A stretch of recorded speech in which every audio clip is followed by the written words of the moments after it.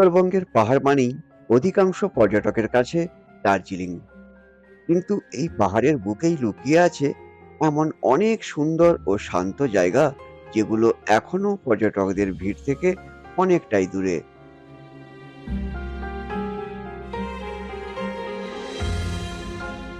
আজ আমরা চলেছি কার্শিয়াং এর কাছে অবস্থিত এরকমই এক অপূর্ব অফবিট পাহাড়ি গ্রাম চিমনির উদ্দেশ্যে। সঙ্গে থাকছে স্বপ্নের মতো এক হোমস্টে, ড্রিম হোমস্টে।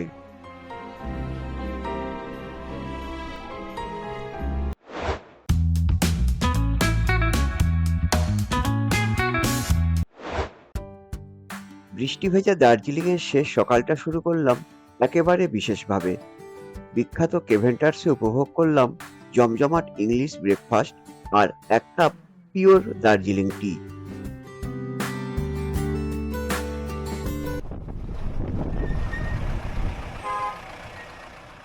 সকালের আড্ডা আর প্রাতরাশ শেষ করে এবার বেরিয়ে পড়লাম কার্শিয়াং এর পথে। তবে আজকে আমাদের গন্তব্য কার্শিয়াং শহর নয়, কার্শিয়াং থেকে সামান্য দূরে অফবিট পাহাড়ি গ্রাম চিমনি।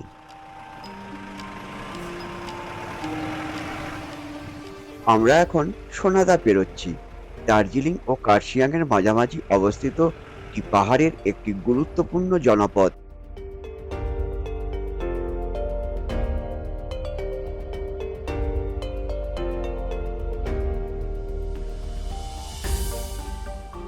এই ছোট্ট পাহাড়ি শহরটি তার শান্ত পরিবেশ, বৌদ্ধ মঠ আর মনোরম প্রাকৃতিক সৌন্দর্যের জন্য পরিচিত।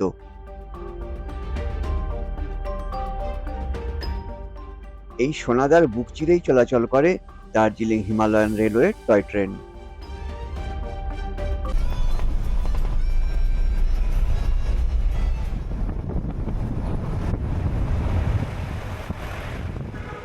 সোনাদাকে পিছনে ফেলে হিলকার রোড ধরে এগিয়ে চলেছি আমরা কার্শিয়াং এর দিকে।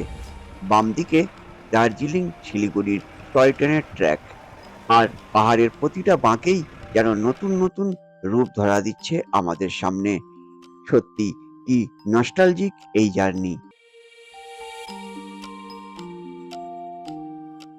দার্জিলিং থেকে চিমনির দূরত্ব প্রায় 30 কিলোমিটার, আর শিলিগুড়ি থেকে চিমনির দূরত্ব প্রায় 50 কিলোমিটারের মতো।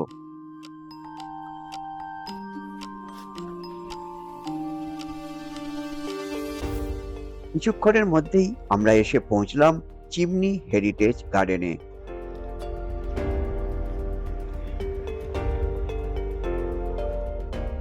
প্রবেশ করতেই প্রথমে চোখে পড়ল একটি ভিউ পয়েন্টের নির্দেশিকা।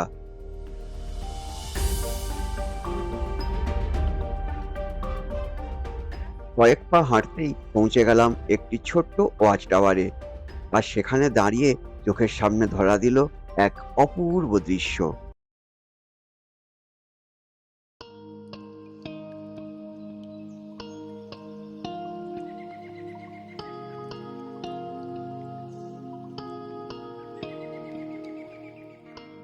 বাম দিকে দেখা যাচ্ছে ঐতিহাসিক হেরিটেজ চিমনি, যা এই জায়গার অন্যতম প্রধান আকর্ষণ। আর ডান দিকে ঘন সবুজ জঙ্গল, যা পুরো পরিবেশটাকে আরো রহস্যময় ও সুন্দর করে তুলেছে।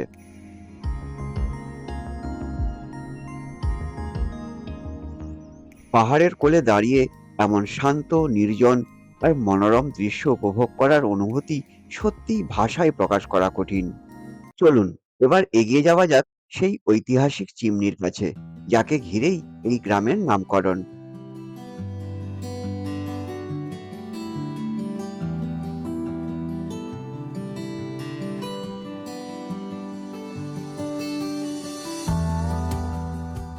ঘন সবুজের মাঝখানে দাঁড়িয়ে থাকা এই বিশাল চিমনিটি আজকের চিমনি ভিলেজের পরিচয়ের মূল কেন্দ্র। কথিত আছে ব্রিটিশ আমলে এখানে একটি বাংলো ছিল।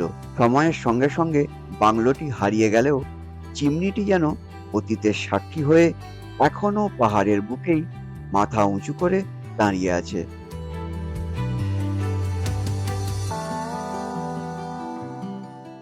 চারিপাশের পাইন বন, নীরব পরিবেশ আর মেঘের আনাগোনার মধ্যে এই ঐতিহাসিক স্থাপত্যটি জায়গাটিকে এক অন্যরকম আবহাওয়া এনে দিয়েছে। ইতিহাস আর প্রকৃতির এমন সুন্দর মেলবন্ধন খুব কম জায়গাতেই দেখা যায়।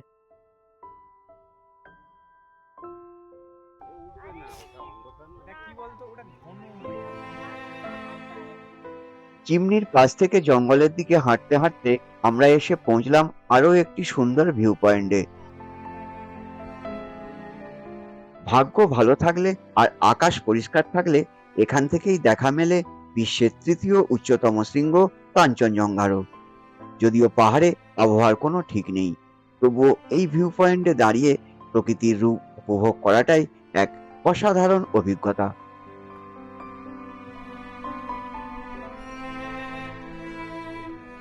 চিমনি হেরিটেজ গার্ডেনের আশেপাশে রাস্তার ধারে বেশ কয়েকটি সুন্দর হোমস্টে রয়েছে। যারা পাহাড়ের নির্জনতা, মেঘ আর প্রকৃতির কাছাকাছি কিছুটা সময় কাটাতে চান, তাদের জন্য এই জায়গাটি আদর্শ। কয়েকটি হোমস্টের কন্ট্যাক্ট নাম্বার এই ভিডিও শেষে দিয়ে দেব। আর আজকে আমরা যেখানে থাকবো সেটা এই হেরিটেজ গার্ডেন থেকে সামান্য দূরে।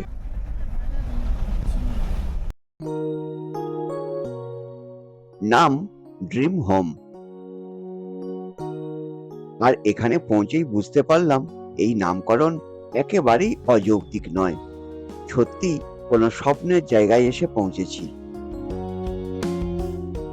ক্যামেরা সবসময় প্রকৃত সৌন্দর্য ঠিকভাবে হয়তো তুলে ধরতে পারে না, তবুও চেষ্টা করছি আপনাদের কাছে সেই অনুভূতিটা পৌঁছে দিতে।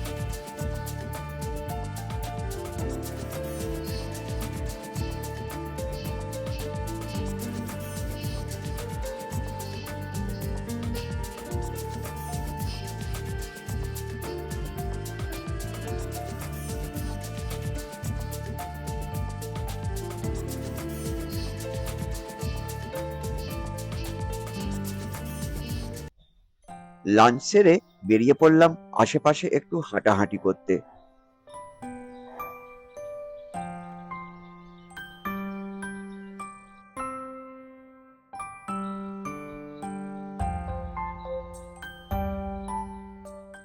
নির্দিষ্ট কোনো গন্তব্য নয়, শুধু পাহাড়ি পথ ধরে হেঁটে চলা আর চারপাশে প্রকৃতিকে অনুভব করা।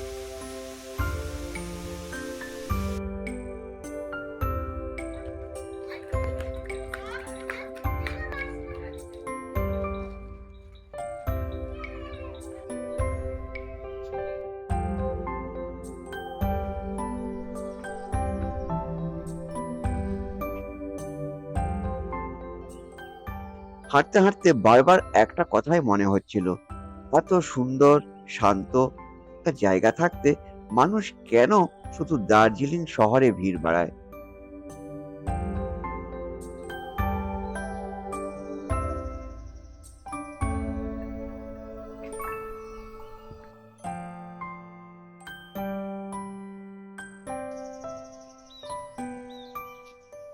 চারিদিকে সবুজের ছোঁয়া, ফুল আছে, মেঘ আছে, আর আছে পাখিদের কলতান, সঙ্গে পাহাড়ি মানুষদের সরল সহজ জীবনযাপন।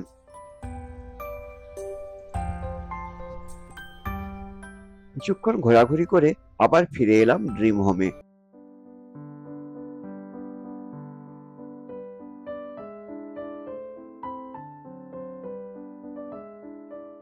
পাহাড়ের গায়ের ঘরবাড়ি, দূরে মেঘে ঢাকা ঝাপসা হয়ে যাওয়া পাহাড়, আর বালাসন নদী, চারিদিকে কি অপূর্ব এক শোভা। পাহাড়ের আবহাওয়া ধীরে ধীরে বদলাচ্ছে, মেঘগুলো ভেসে বেড়াচ্ছে পাহাড়ের গা ঘেঁষে।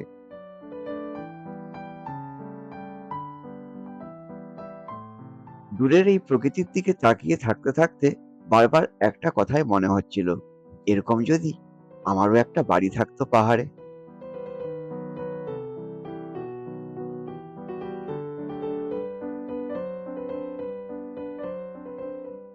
হয়তো কিছু স্বপ্ন স্বপ্নই থেকে যায়, কিন্তু এই জায়গায় দাঁড়িয়ে থাকলে এমন স্বপ্ন দেখতে ইচ্ছে করে। বিকেল গড়িয়ে তখন সন্ধে নামার অপেক্ষা।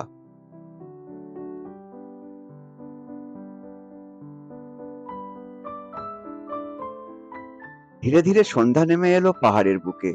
দিনের আলো ম্লান হতে না হতেই সামনের পাহাড় জুড়ে একে একে জ্বলে উঠতে শুরু করলো অসংখ্য আলো। দূর থেকে তাকালে মনে হচ্ছিল যেন কোনো গ্যালাক্সি ছড়িয়ে রয়েছে পাহাড়ের গায়ে।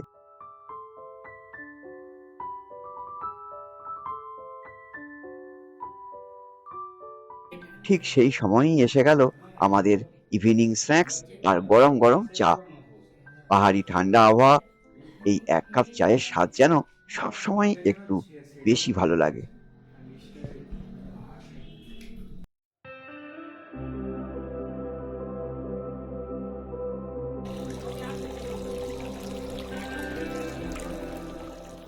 সন্ধেবেলা এই ড্রিম হোমের পরিবেশটা বেশ মায়াবী হয়ে উঠেছিল।